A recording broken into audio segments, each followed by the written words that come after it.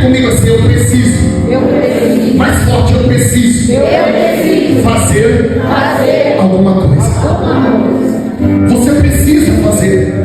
Diante da situação dos teus filhos no mundo, com o teu marido no mundo, com a porta fechada de emprego, a necessidade dentro da tua casa, dentro da tua família, dentro da tua parentela, você precisa se posicionar para que o nome do Senhor seja manifestado dentro do teu lar e dentro da tua casa. Deus precisa que alguém se levante no meio de uma família pecaminosa, desviada e longe de Deus. Alguém se levante e diga: ei, um dia todos vocês servirão a Deus. Um dia todos vocês entraram dentro da presença de Deus. Eu creio que um dia vocês descerão as águas, lamantam como a praia. Deus precisa. Mas os servos de hoje em dia estão medrosos, não querem se envolver em debates, não querem se posicionar. Mas Deus está dizendo: eu estou dando autoridade para pessoas aqui, no meio da tua parentela, no meio do teu trabalho, no meio dos teus amigos. Eu estou dando autoridade para você se posicionar como Elias, porque eu vou zelar pela palavra que você falar no meio daquela nação. Eu vou justificar e eu vou honrar a tua palavra, porque o meu nome vai ser glorificado. Abre a tua boca no meio dessa nação e diga: porque eu vou honrar. Escuta, o que o Elias faz dentro do livro de 1 Reis não é algo para sobressair o poder dele, não é para se mostrar que ele é homem de Deus, que ele vai gravar, que ele vai para o YouTube, que ele vai cobrar agora para profetizar. Não, o que Elias faz ali ele está incomodado com uma nação pecaminosa e ele precisa mostrar quem é Deus. Ele precisava mostrar, ele precisava fazer o povo relembrar quem é o Deus que ele serve, quem é o Deus que ele busca. Porque o povo estava adorando a Baal, o povo estava adorando ao Deus da fertilidade, o povo estava adorando a Zé, o povo estava se autoflagelando, o povo carregava ídolos, fazia escultura para adorar outros deuses. E Elias diz assim: eu preciso me posicionar. E só há uma maneira de o nome do Senhor ser glorificado, que o povo sinta a mão de Deus. Então Elias sobe e diz assim: ei, não vai chover durante 3 anos e meio, não vai cair água do céu, segundo a minha palavra. Eu fico imaginando Deus sentado no trono e olhando um servo dele no meio de uma nação pecaminosa, se levantando cheio de autoridade, subindo a montanha no meio do inimigo, abrindo a boca sem medo de apanhar, sem medo de ser criticado, sem medo de ter discussão, sem medo de ser lixado, abrindo a boca e dizendo: não vai chover durante 3 anos e meio, segundo a minha palavra. Quando Elias diz isso, ele se põe dentro da escassez de água que viria, porque se não chove na terra, quem está morando na terra é Elias. Mas ele precisava disso para mostrar quem é Deus, porque primeiro ele precisava preparar o cenário de escassez, primeiro precisava passar para o deserto, primeiro precisava fechar a porta, primeiro precisava ser isolado. E Deus está falando aqui, irmão, tem muita gente que esquece quem é Deus. E sabe o que Deus faz? Deus vai lá e isola, põe no deserto, para que possa lembrar quem é Deus. Elias então agora desce, e a mesma água que não derrama para o povo também não vai derramar para ele. O mesmo alimento que vai ter escassez para o povo também não vai ter para ele. Por quê? Porque se não vai chover, não vai regar, se não vai regar, não vai ter fruto, não vai ter alimento, os ribeiros vão secar, a situação vai passar por dificuldade. Mas Elias está tão confiante no Deus que ele serve, está tão confiante na prova de Deus que ele vai dar para a nação, que Deus sustenta Elias. Deus sustenta Elias através de água do ribeiro, Deus sustenta Elias através dos corvos, através da viúva. Deus sustenta, Deus dá providência. Sabe o que Deus está dizendo? Quando você se posiciona, eu me posiciono. Quando você põe tua mão, eu ponho a minha mão. Quando você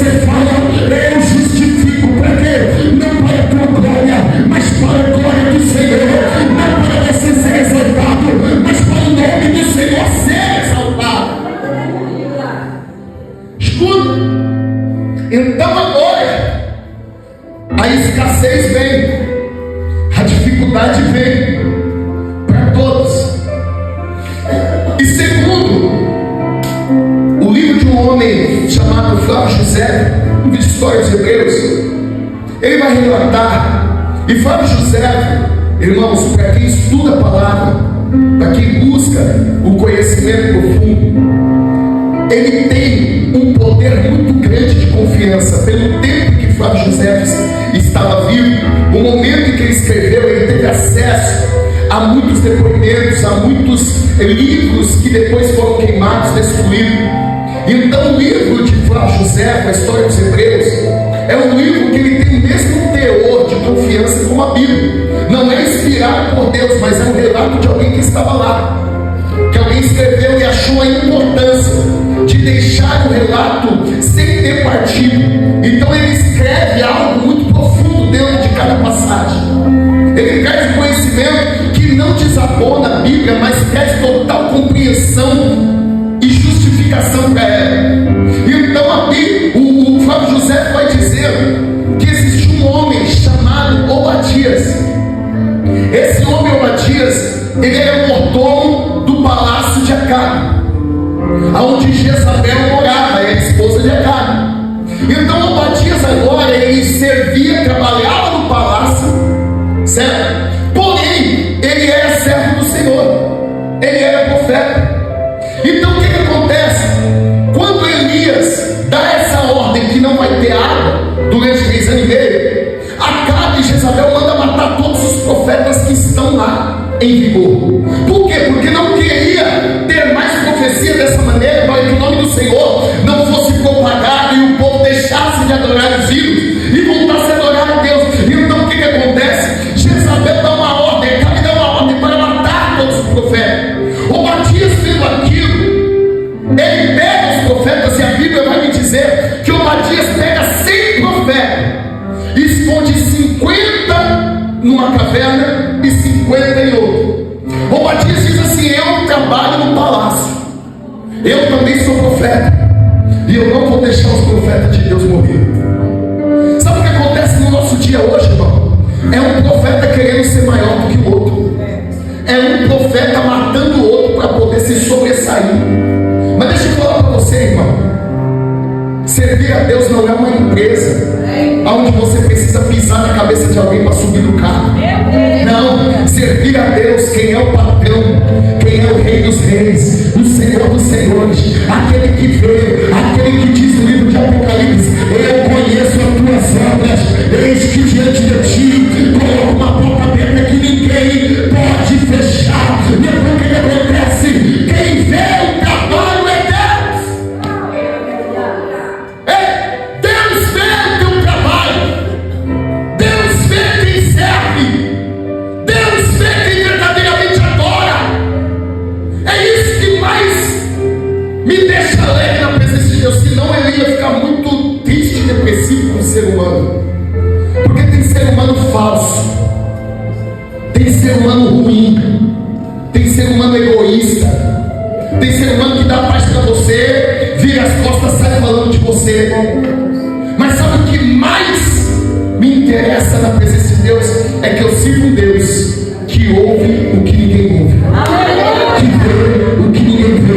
Ei, quer falar mal de mim lá na mesa da tua casa? Pode falar. Eu tenho Deus que zela por mim, eu tenho Deus que cuida de mim, eu tenho Deus que cuida de você. Você tem Deus. Se tem alguém falando mal de você, se tem alguém se levantando, fica tranquilo, você tem um Pai que cuida de você. Você tem um Pai. Isso que é interessante. Deus, ele vê, Deus, ele sabe de tudo, Deus conhece. Então servir a Deus não é uma empresa que você precisa aparecer para se destacar, para crescer. Quem te levanta é Deus. Deus escolheu Davi na malhada, Deus escolheu Jeremias ainda pequeno, Deus escolheu Moisés gago, Deus escolheu 12 discípulos desqualificados e despreparados. É Deus que escolhe. Então não precisa pisar na cabeça de ninguém. O que você precisa é vir para o buscar a Deus. O que você precisa é parar de falar dos outros e começar a adorar a Deus, começar a se dedicar. Ei, pastor, eu sou servo de Deus. Está precisando do quê? Eu estou precisando de alguém para varrer. Eis-me aqui, eu vou varrer. Eu estou precisando de alguém para lavar banheiro. Eis aqui, eu vou lavar banheiro. Eu estou precisando de alguém para pintar a parede. Eu vou pintar a parede. Eu estou precisando de alguém para visitar. Eu vou visitar. Por quê? Porque quem é o patrão é Ele. Quem é o Senhor é Ele. Quem fala é Ele. Não é o comandante. É Ele, irmão. Ei, sabe o que a Bíblia diz? Que no dia do juízo nós prestaremos conta de cada palavra que sai da nossa boca. Bendito é o Senhor. Preste bastante atenção. Deus chega para Abraão e diz assim: você vai ter um filho. Sabe o que Sara faz? Eu vou ter filho, vem, vou ter filho, vem. Aí Deus falou: alguém riu aí? Aí Sara fala: eu não ri. Faz as coisas e depois diz que não fez. Eu não ri. Aí Deus falou: riu sim. Lá no dia do juízo, quando Deus chegar para você e falar assim: ó, você falou isso. Aí você vai falar: eu não falei. Deus vai falar: ei, volta aí no data show. Põe bem no telão. Naquele dia, naquela hora, sentado na mesa, junto com o fulano A, B, C, dá um zoom na boca dele e aumenta o volume. Porque você vai prestar conta. Eu vou prestar conta de cada palavra que sair da nossa boca. Então guarda isso, irmão. Nós temos um Deus que vê todas as coisas, que sabe de todas as coisas, que está em todos os lugares. Então nós precisamos entender que trabalhar para Deus é ter um papel criterioso. Escuta, a Bíblia vai dizer que Obadias trabalhava na casa de Jezabel, sabendo da ordem de matar os profetas. Obadias se importa com os amigos dele. Obadias se importa com os profetas que estão vivos. Não importa se é maior que ele, se é menor que ele. Estão tentando mexer com o profeta na terra, estão tentando mexer com Deus. Hoje em dia, irmão, quando é um irmão falando mal do outro, não tem ninguém que defenda, não tem ninguém que paga preço. Muito pelo contrário, o silêncio, existe o dialeto que quem cala consente. Aí tem alguém falando mal do irmão, da irmã, aí eu falo: sabe o que eu estou dizendo? Eu concordo. Sabe o que Deus está dizendo, irmão? Se estão falando mal de profeta aí, você tem que silenciar. Você tem que colocar na presença. Por quê? Porque hoje em dia nós temos um escândalo rolando aí. Sim ou não? Fazendo funk, fazendo pagode, fazendo o povo de Deus rir. É engraçado, não é verdade? Mas na verdade, irmão, estão desabonando, estão se levantando para a igreja, ainda que seja um mau testemunho, ainda que seja, vai prestar conta com Deus. Eu não posso incendiar, porque vocês estão falando mal da igreja. Aí sabe o que acontece no mundo secular? Para aquele que nunca entrou na igreja, olha uma coisa dessa e fala: por isso que eu não vou. E ainda tem crente também rindo, ainda tem crente também zombando, compartilhando. Então se alguém te perguntar, você fala: meu irmão, o negócio é o seguinte: se o fulano lá falou isso, ele vai prestar conta do que ele está falando. Eu sei o que Deus fala comigo, eu sei aonde eu congrego, eu sei a palavra que vem no coração. Quer falar mal, pode falar, mas eu não vou me pôr dentro disso. Não concordo com algumas coisas, mas a Bíblia diz: é lícito que venha o escândalo, mas ai de quem ele vem, por quem ele vem, daquele que vem. Então coloca uma coisa na tua cabeça: pare de ficar publicando, republicando coisas que difamam a igreja. Você como servo, você precisa entrar em defesa, não pelos que estão dando um mau testemunho, mas pela igreja, porque a igreja é o corpo de Cristo. Amém? Então escuta isso. Obadias pegou 100 profetas, pôs numa casa, numa caverna, e os outros 50 em uma e 50 na outra. A Bíblia diz isso, Obadias fez isso. Flávio José diz que esse homem chamado Obadias é o marido dessa viúva, que vai até Eliseu lá na frente, mas nós vamos chegar lá. Escuta isso. Obadias vai sustentar 100 homens durante 3 anos e meio. Irmão, criança come, mulher come, mas homem come demais. Você quer ver o devorador na tua casa? Convida um homem crente para comer lá no domingo. Sangue de Jesus. Você pode colocar água no feijão, pode orar pela panela de arroz, a mistura tu pica bem para render. Amém? Por quê, irmão? Homem come que é uma beleza. Homem come demais, irmão. Gosto muito de fazer churrasco. Quem está me ouvindo aí, quem está ouvindo aqui na igreja, você sabia que um churrasqueiro profissional, eu asso carne, gosto, né? De assar, quem me conhece sabe. Um churrasqueiro profissional, ele faz uma conta do churrasco para cada pessoa. Sabe quanto cada pessoa come em um churrasco? 350 gramas de carne, acompanhado com arroz, vinagrete, refrigerante, pãozinho. 350 gramas de carne, uma pessoa normal come. Crente não é normal. Não, irmão. Não é. Porque eu asso carne. E eu vou falar, eu já vi crente comer 1 quilo de carne no churrasco. E ainda sair desfilando, ainda preparado para jogar bola. Lá na minha casa tem quadra, no condomínio, come 1 quilo de carne e desce para quadra para jogar bola.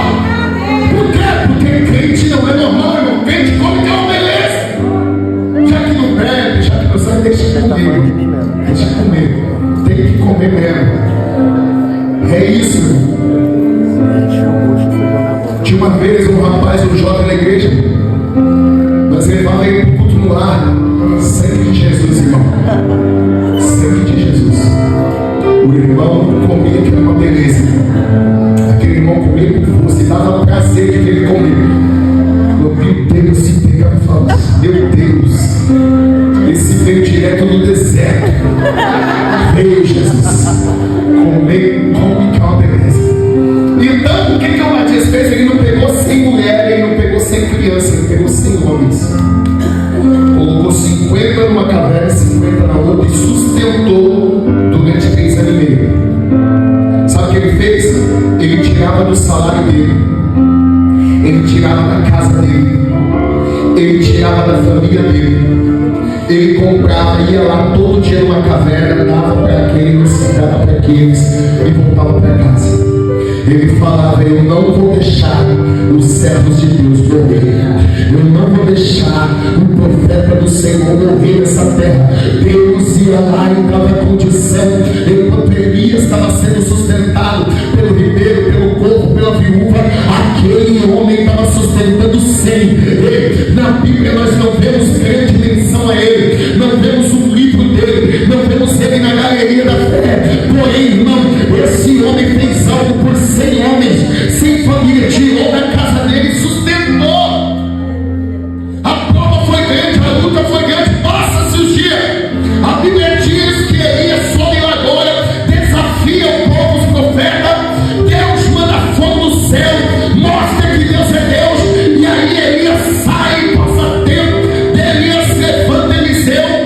Enquanto isso, o Obadias está tentando se recuperar do que fez para Deus. Só que no livro de 2 Reis, capítulo 4, verso de número 1, abre para mim. 2 Reis 4, verso 1. E uma mulher das mulheres dos filhos do profeta clamou a Eliseu, dizendo: meu marido, teu servo, morreu. Ou seja, o marido se endividou para sustentar o povo que estava lá. Ele morreu e não deu tempo de pagar a dívida. Mas existe uma palavra. Escuta isso, irmão. Você que é pai e que é mãe, de repente você não vai ver os frutos das suas orações em vida. Por que eu digo isso? Damiana, que congregava na Igreja Assembleia de Deus, Ciro de Belém, ela profetizava sobre a minha vida e dizia que um dia eu seria um pastor, um servo de Deus. E quando ela ia para os cultos, como ela cuidava de mim enquanto meus pais trabalhavam, eu ia para o culto do lar. Eu vou falar para você, irmãos, eu fui criado brincando de carrinho do lado do culto do lar. As irmãzinhas canelinha seca, cinzentada, sainha azul, camisa branca, blazezinho azul, véu na cabeça. As irmãs ficavam 2 horas de joelho dobrado orando.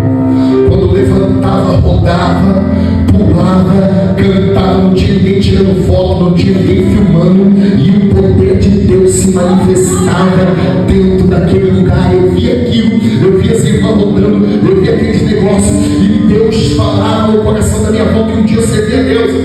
Isso nunca passou pela minha cabeça. Me diz que eu fui para o mundo, usei droga, bebi, fui internado. Nunca passou, mas dentro daquela depressão, Deus trouxe à tona. E quando eu tinha mais ou menos uns 10, 12 anos, glória a Deus, uns 10, 12 anos, a minha avó, glória a Deus, a minha avó faleceu, foi para a Bahia, serva de Deus, e lá adoeceu, faleceu na terra dela, e eu não vi mais minha avó. Eu creio que está no seio de Abraão, Deus recolheu, e um dia nós nos veremos na glória. Mas passou alguns anos, e a oração dela entrou em vigor na minha vida, porque houve alguém que orou. Ela não estava aqui para ver a promessa se cumprir, e se ela estivesse aqui, irmão, ia ser uma das maiores alegrias da vida dela. Mas a promessa que Deus falou para ela se cumpriu na minha vida, quando em 2013 eu tive a oportunidade de pastorear a igreja. Então, irmãos, dentro disso, tudo aquilo que Deus promete, Ele cumpre. Existe um texto na Bíblia que nunca viu um justo desamparado e nem a sua descendência mendigar o pão.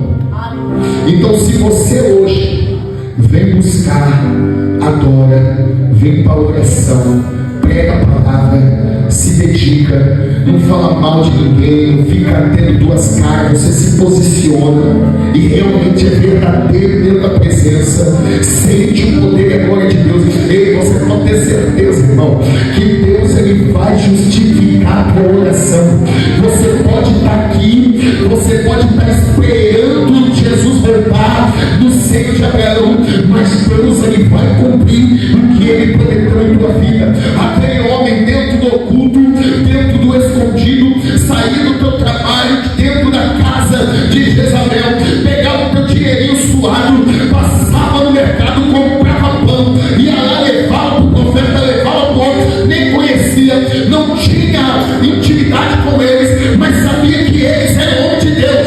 Eu imagino aquele homem chegando em casa e a mulher dizendo: cadê a despesa? Ele falou: hoje não vai ter despesa, porque mais da metade do meu salário eu sustentei os profetas. Nós vamos dividir esse pão, nós vamos dividir um pouquinho que tem aqui. Aleluia! Para poder estar dentro da presença de Deus, sustentando aqueles homens, sustentando a casa. Acabou o dinheiro, e o que esse homem fez? Começou a se endividar. O que esse homem fez? Começou a pedir emprestado, não para a casa dele, não para o benefício dele, mas para sustentar os homens de Deus. Esse homem começou a se endividar para sustentar a obra do Senhor. A Bíblia vai dizer que ele morre, larga a mulher e os 2 filhos endividados, cheio de dívida, por causa da obra, por causa dos profetas. E então o homem não tem misericórdia, ele não vai entender. Os credores bateram na casa e falaram: ei, cadê o Badias? Ah, meu filho, o Badias morreu, eu não quero nem saber. Ele me deve, ele deixou a conta grande lá. Não, mas eu não tenho dinheiro, eu não trabalho, eu tenho 2 filhos que ainda são jovens. Eles vão se tentar. Eu vou falar para você, naquela época na Bíblia não existia Bolsa Família, não existia auxílio, não existia aposentadoria por viuvez. Não, irmão. Obadias morreu e largou a família com dívida, sem nenhum benefício. Mas mal ela sabia Obadias não trabalhava para o homem. Obadias trabalhava por Deus, que zela por todas as coisas. Aleluia. Escuta isso. A Bíblia vai dizer então que os credores dão uma opção para a mulher: se não pagar a dívida, eu vou levar os seus 2 filhos para trabalhar para mim, até a dívida ser quitada de graça. Sabe qual é a situação daquela mulher? A mulher antigamente, o provedor da casa era o pai. Quando ela casava, o provedor era o marido. Se o marido morresse, o provedor era o filho. Se essa mulher não tivesse filho, ela teria 2 opções: ou ela mendigava, ou ela se prostituía para poder se sustentar. Não tinha benefício. A mão de obra de trabalho para a mulher não era muito bem aceita naquela época. Então o que acontece? A opção que aquele homem deu, levando os 2 filhos de dentro de casa para trabalhar para eles, para pagar a dívida, a opção que esse homem deu é a mesma coisa de dizer: eu vou tirar o teu sustento e a partir de amanhã você vai ter que ou mendigar ou se prostituir, porque o marido morreu e os filhos vão levar. Então o que essa mulher faz? Ela vai lá e ela fala: peraí, meu marido era profeta, servia a Deus, então eu vou atrás do profeta que está atuando no momento. O meu marido servia a Elias, que era o profeta atuante daquela época, mas Elias morreu, foi levado por Deus, foi arrebatado pelo Senhor, e agora Eliseu está ali. Então eu vou atrás de Eliseu. Mas essa mulher não conhecia Eliseu pessoalmente, mas ela bate na porta de Eliseu e ela diz assim: meu marido, teu servo, morreu, e agora os credores estão vindo atrás de mim para levar meus 2 filhos para pagar as dívidas que o meu marido tinha. Sabe o que o profeta diz na época? Ele diz assim: ó, para levar os meus 2 filhos para serem servos. Verso 2: e Eliseu lhe disse: que te hei de fazer? Ou seja, não é uma exclamação e não é uma afirmação, não tem um ponto de exclamação nem um ponto final, mas tem um ponto de interrogação. Eliseu pergunta para quem veio atrás de resposta, dizendo: o que eu vou fazer? O que você quer que eu faça? O que é que você quer que eu faça por você? Só que Eliseu servia a Deus, e o cargo de profeta naquela época, o que é ser profeta? É você receber de Deus e transmitir para o povo. Você recebe a mensagem de Deus e transmite para o povo. Então o que vai acontecer dentro disso? A Bíblia vai dizer que Eliseu faz uma pergunta, mas essa pergunta não vem com a resposta da mulher. Porque se eu estou no diálogo com a Sofia e eu digo: o que eu vou fazer? Aí eu espero a resposta dela: eu não sei. Eu também não sei. Então é uma pergunta. Quando alguém faz uma pergunta, ele precisa de uma resposta. A pessoa não faz uma pergunta e responde a própria pergunta. Mas quando ele faz uma pergunta, existe alguém que responde no lugar da mulher, porque a situação que a mulher está passando foi algo por causa de Deus. Então Deus agora, quando Eliseu faz uma pergunta, quem responde a pergunta para Eliseu é o próprio Deus. Aleluia. Só que Eliseu está numa conversa com Deus aqui, então ele não vai falar para a mulher o que Deus está dizendo. Mas eu imagino Eliseu conversando com a mulher e falando: ei, o que eu vou fazer por você? E Deus falando: respeita. Essa mulher é serva de um profeta que sustentou 100 profetas. Cuida dela, provê na vida dela, faz algo por ela sim, porque o marido dela fez algo por 100 homens para sustentar. Então cuida dela sim. Aleluia. Então Eliseu responde a própria pergunta com outra pergunta, dizendo assim: dize o que é que tens em casa. Com uma afirmação: dize o que é que tens em casa. Me diz o que você tem em casa. Aí ela falou: não tenho nada em casa, a não ser uma vasilha, uma botija de azeite. Não tenho nada. Ou seja, essa mulher já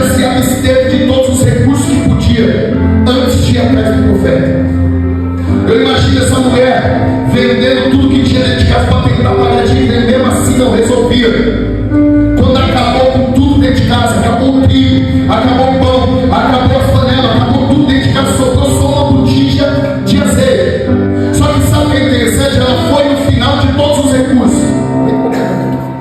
Já foi no final de todos os recursos. O que ela disse? Eu não tenho nada senão uma botija de azeite. O azeite naquela época era algo valioso. Então ela não tinha uma botija cheia de azeite.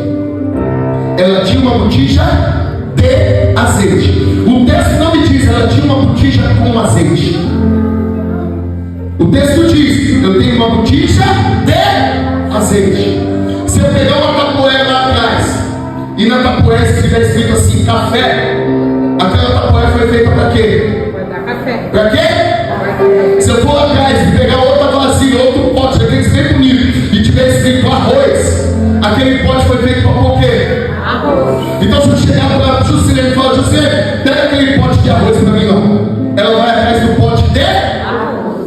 O pote que foi feito para pôr? Arroz. Então essa mulher não disse, eu tenho uma botija cheia de azeite.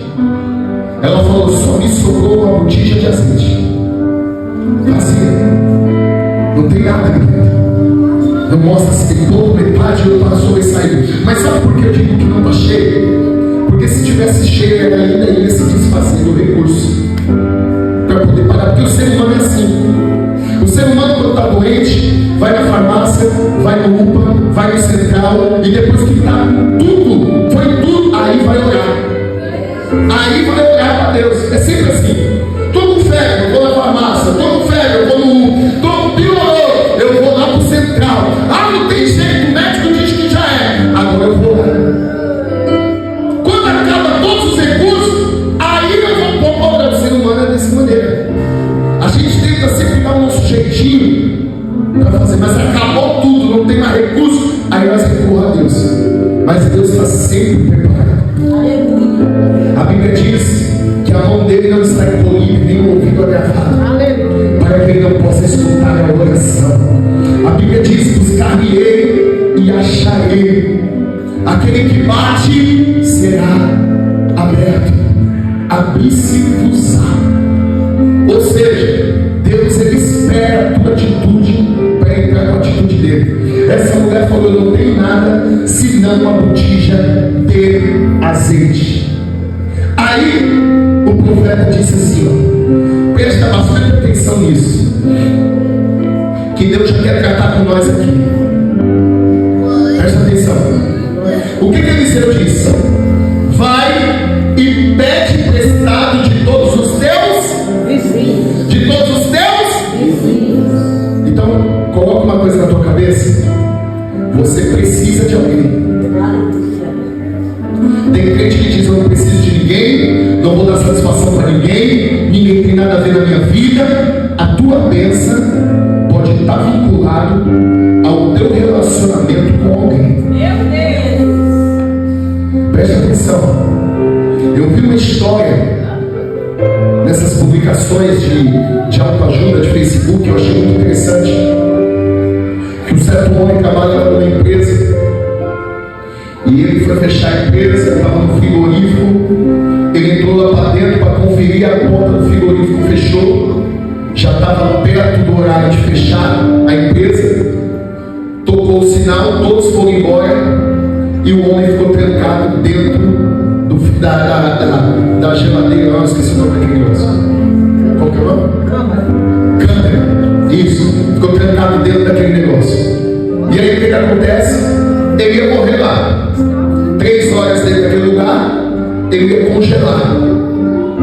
Mas quando ele estava perdendo as forças, ele sentiu a porta abrindo. E o porteiro entrou lá e achou ele. Tirou ele. No outro dia, no mesmo dia chamaram o SAMU, chamaram a ambulância. No outro dia, os funcionários falaram, rapaz, mas o que deu na tua cabeça? De ir atrás desse homem, rapaz. A empresa tem mais de 1000 funcionários. Por que você foi atrás do homem? Aí ele falou, sabe por quê? A empresa tem 1000 funcionários, mas somente ele passa na portaria e me dá bom dia. Aleluia. ele me dá bom dia, e na saída ele me dá boa noite. E nesse dia eu vi que ele me deu bom dia e não me deu boa noite. Eu falei, ele está aqui dentro, eu vou procurar ele. E quando achou que abriu dentro da câmera, ele estava lá. Olha a importância de um bom dia para o teu vizinho. Olha a importância de um bom dia para a tua vizinha. Ei, eu não sei como você é, se você é antissocial, se você é ignorante, se você é um vizinho que não fala com ninguém, mas Deus está falando aqui agora no nosso coração. Começa a levantar de manhã e se passar por alguém, dá bom dia. Ah, pastor, mas eu dou bom dia e ninguém me responde. Ei, Deus está falando é com você, não é com o outro. Se você está dando bom dia e ninguém responde, é problema do outro. A tua parte você está dando. Tua parte você vai dar. Lá onde eu moro, tá filmando, né? Glória. Lá onde eu moro, eu passo e eu dou bom dia. Tem gente lá, irmão, que ouve bom dia na tua frente, passa e abaixa a cabeça. Dá vontade de falar, você não está ouvindo não que eu te dei bom dia. Está ouvindo não que eu te falei bom dia. Mas cada um dá o que? Cada um dá o que? Se o dia está bom para mim, eu quero que o dia seja bom para você. Se eu tenho paz aqui, eu quero que a paz também esteja sobre você. Ei, não está relacionado ao que o outro vai falar, está relacionado ao que eu vou dizer. E a tua bênção pode estar vinculada com o teu vizinho. Deus pode incomodar ele para falar, vai lá hoje e faz isso para que essa pessoa que te deu bom dia. A Bíblia vai dizer que Eliseu diz assim, vai e pede aos teus vizinhos vasos emprestados. Só que para mim pedir algo emprestado para Marilúcia, eu tenho que ter relacionamento, intimidade com ela. Como que eu vou chegar na casa da Marilúcia se eu não dou bom dia, não dou boa tarde, não dou boa noite, não dou Pai do Senhor, não converso com ela? Se eu bater na porta, ela vai ver, ela vai nem vão entender, nunca falou comigo. Só que a minha bênção está relacionada com a bênção. Então o que acontece? Vai e pede vasilhas emprestadas. E aí Eliseu ainda diz, seja abusado. Pastor, onde está isso? Não poucas. Além de eu falar, ô Marilúcia, dá para você emprestar a vasilha? Aí Marilúcia falou, beleza, fala, não. Vai lá no teu armário e pega todas as vasilhas que está vazia e empresta. Olha o abuso. Eu não quero uma só, eu quero bastante. Dá uma xícara de café? Não, eu quero o pacote todo. Dá uma vasilha de arroz? Não, me dá um pacote todo de arroz. Olha Elias como foi abusado, passando fome, irmão. Ele chega para a mulher e fala assim, o que tu tem em casa? Ela fala, não tem nada, eu vou fazer um bolo aqui e vou comer o meu filho e vou morrer. Ele fala, não, esquece isso aí, faz o bolo e traz para mim. Pega isso e você no dia de hoje. O que iam falar com ele? Ia pôr no Facebook, iam escandalizar ele lá no Instagram, e ele ia fazer até meme dele pedindo coisa. Ele falou, não faz não, faz pra mim e me dá. Você imagina aquela mulher amassando o pão, o bolo, cozinhando e falando, rapaz, eu estou morrendo de fome, cara. Eu vou fazer, sabe quando você está naquela dia no final do mês, não tem despesa nenhuma, e aquele crente que come demais bate na tua porta? Meu Deus, dá até tristeza, irmão. Você fala, agora, Jesus. E aí, como você é bom anfitrião, você tira aquilo que você está guardando para você a semana toda e põe na mesa para fazer o bom samaritano, o bom anfitrião. O queijinho que você comprou para tomar café, a semana toda você põe na mesa. Aí parte logo metade, come e fala, esse queijo é bom. Come metade do queijo, você fala, meu Deus, eu vou comer 2 dias. Você me diz, Jesus. Meus irmãos estão rindo porque isso acontece, né? Então, oh Jesus, que prova, meu Deus. Presta atenção. Você imagina, irmão? Por quê? Porque a Bíblia ainda veio parar isso. Que melhor é dar do que?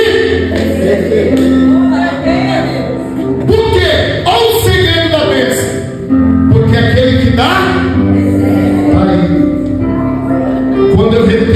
apertado, minha mão mirra e eu não recebo.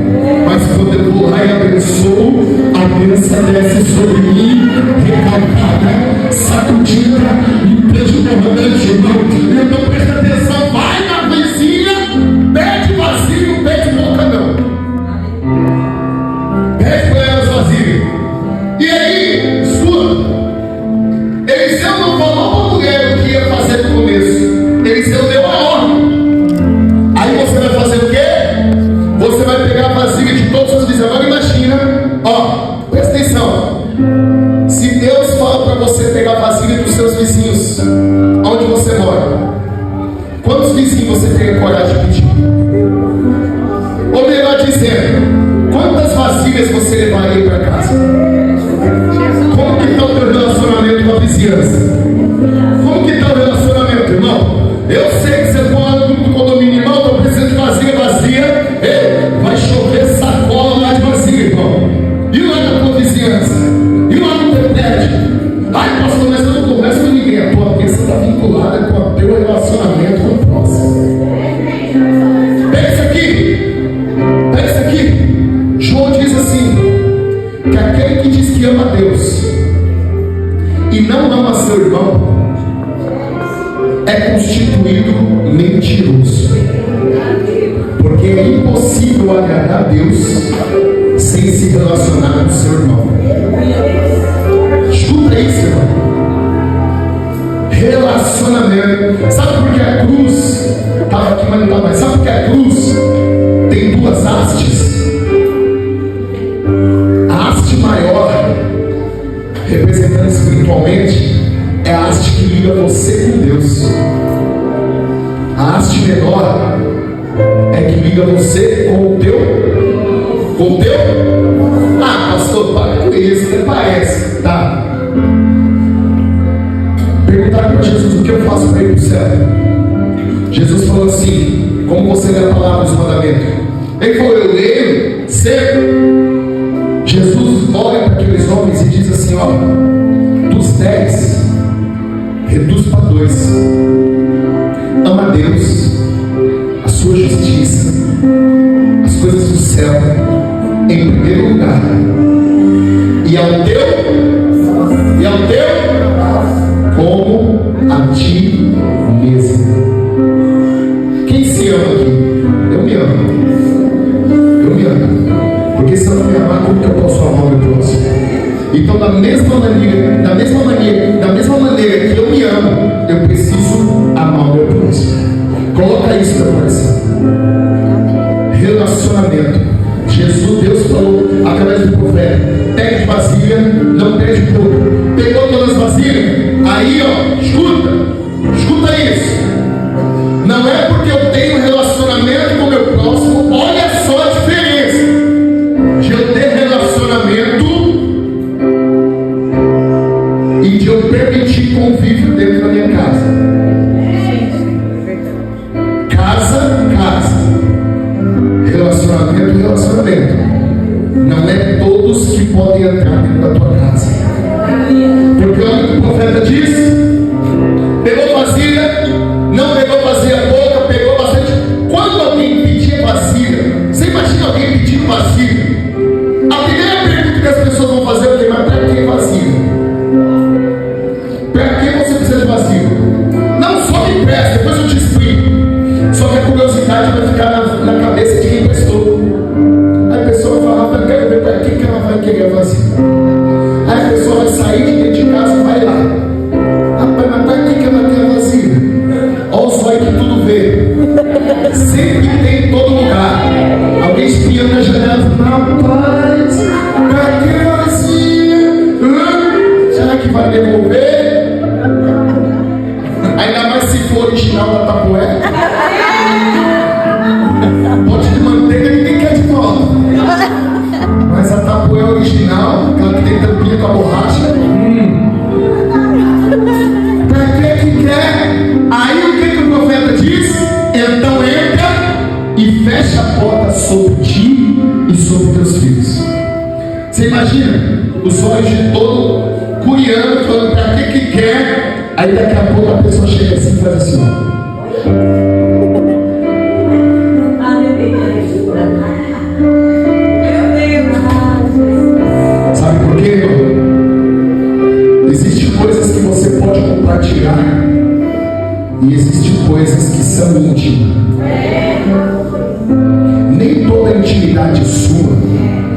ser compartilhada, ainda que seja com o teu próximo. Então, ele falou: entra com as vasilhas, fecha a porta sobre ti e sobre teus filhos. Fechou, pôs todas as vasilhas, deita o azeite em todas aquelas vasilhas. Porém, o texto atrás diz que a botija era dele, mas não que estava com. Quando chegam para Jesus e falam assim: ó, despede o povo, porque já está tarde. Jesus faz uma pergunta para provar eles. Fala: vai comprar pão. Jesus sabia que não ia ter. Aí falaram para Jesus assim: Senhor, nem se nós tivéssemos todo o dinheiro do mundo não ia dar para comprar. É muita gente. Aí alguém traz um menino com um pãozinho, com os peixes. Jesus pega aquele cesto e faz o quê? Levanta e dá graças a Deus. Fecha e tampa. Conforme começam a pegar, vai se multiplicando dentro do cesto. Porque o cesto estava cheio, mas mesmo cheio, não ia dar para sustentar mais de 5.000 pessoas, fora crianças e mulheres. Então, conforme estavam tirando do cesto, aumentava dentro do cesto. Mas a multiplicação não está dentro dos olhares que se podem ver físico, e sim espiritual. Então o que acontece? Jesus falou, o profeta falou: pega a botija, pega o azeite e dê. Aquela botija que já não tinha quase nada, ou nada, através da fé, ela pega. Já viu uma botija de azeite? Ela é uma botija que tinha um gargalo. Então quando você colocava o olho dentro, não dava para ver. Você só ia conseguir ver o tanto que tem quando você virasse o avesso. Então, aquele pouco que a mulher tinha, ou quase nada, ela pega uma vasilha, ela pega a botija. Aos olhos dela poderia até não dar certo, mas em obediência ao profeta de Deus, ela pega e começa a deitar. Aquela botija que não tinha quase nada já encheu a primeira vasilha. Ela tira a vasilha, pega a outra, ela começa a deitar. Aquela botija não tinha nada, mas agora já encheu 2 vasilhas. Ela pega a outra, e a botija começa a encher a terceira vasilha. Ela não quebra a botija, ela não olha para dentro. Por quê? Porque enquanto ela está crendo, Deus está provendo, Deus está multiplicando, Deus está honrando. Enquanto ela tem obediência, as vasilhas estão sendo cheia, cheia, cheia, e ela está enchendo. E pai, quando ela termina de encher a última, eu imagino as prateleiras tudo cheia, a criançada pulando, eita Deus, pulando dentro de casa, e ela vai, me dá uma vasilha, vai. Aí o filho fala: acabou. Quando o menino fala acabou, que ela vira, o azeite para. Aleluia, Jesus.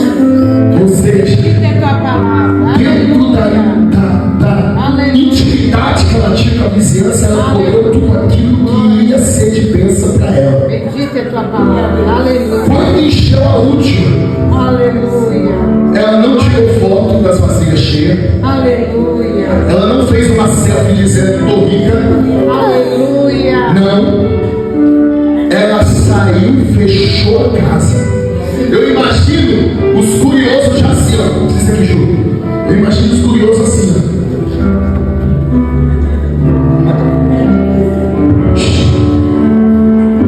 Porque tem vizinho assim.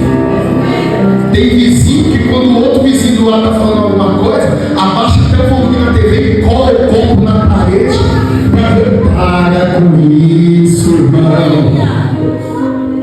Aí imagina a mulher abrindo a porta com os filhos, fechando a porta e saindo. E o curioso comendo a unha, dizendo: rapaz, ela entrou com a vasilha. Eles entraram com um semblante tão triste, mas com a cara deles parece que ganharam na loteria. Parece que o que aconteceu lá dentro, o que acontece dentro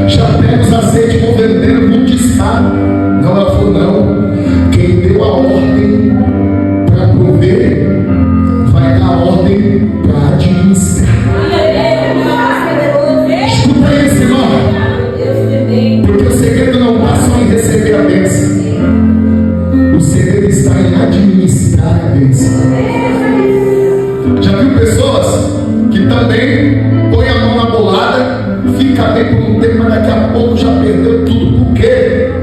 Por quê, irmão? Precisa descer a unção de José. Sabe qual é a unção de José? Reter a bonança para ficar de boa na escassez. Pega essa, irmão. Não é porque está tudo bem que você vai sair pagando de gatinho por aí. Vai sair estourando cartão, vai sair acabando com tudo. Não, está tudo bem, fica tranquilo. Retém aqui, segura um pouquinho. Você já tem 2 sapatos, para quê? 4, 5, 6, 10, 20. Irmão. Irmão, tem irmã aí que se você abrir a sapateira, tem sapato até depois que Jesus voltar.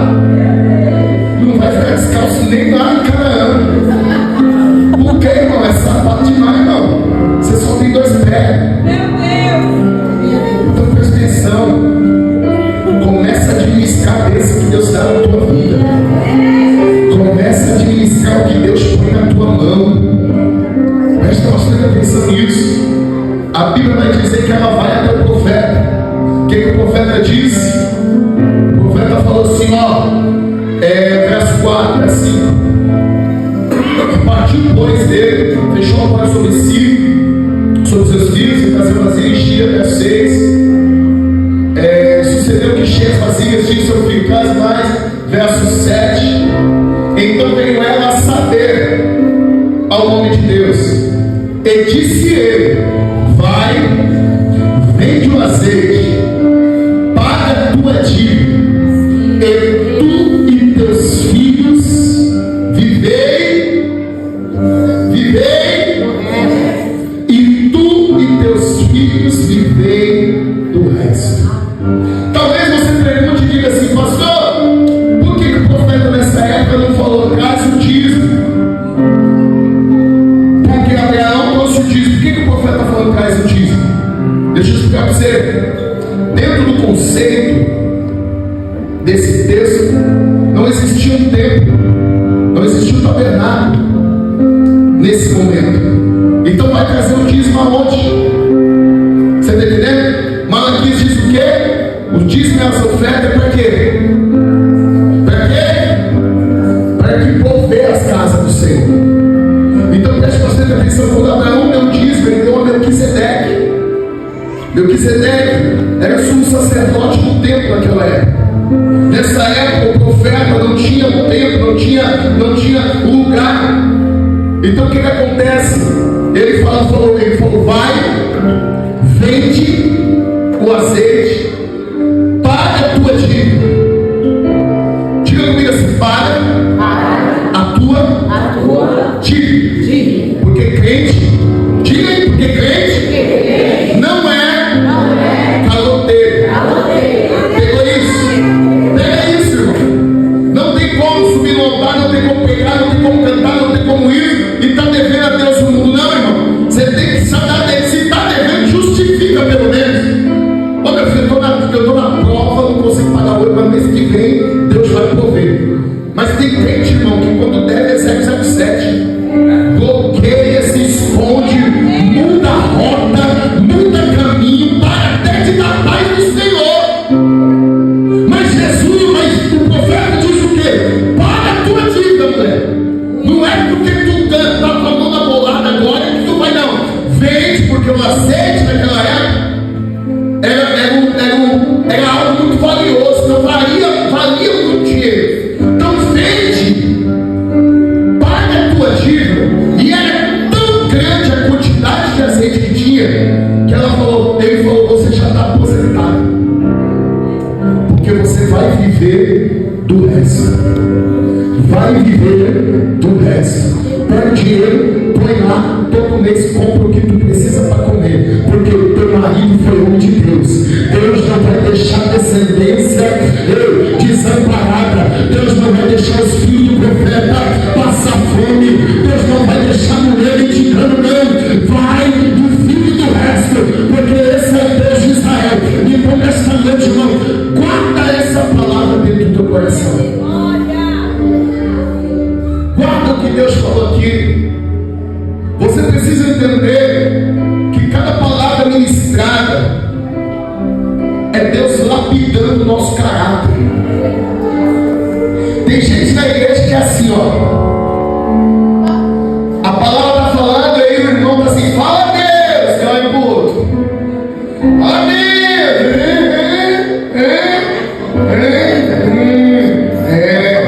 Mas Deus está falando é com você. Deus está falando é com você. Deus não está falando com quem ficou em casa. Deus não está falando com quem está trabalhando. Deus não está falando com quem foi viajar. Deus está falando com quem está ouvindo essa palavra. Quem veio, quem está acompanhando.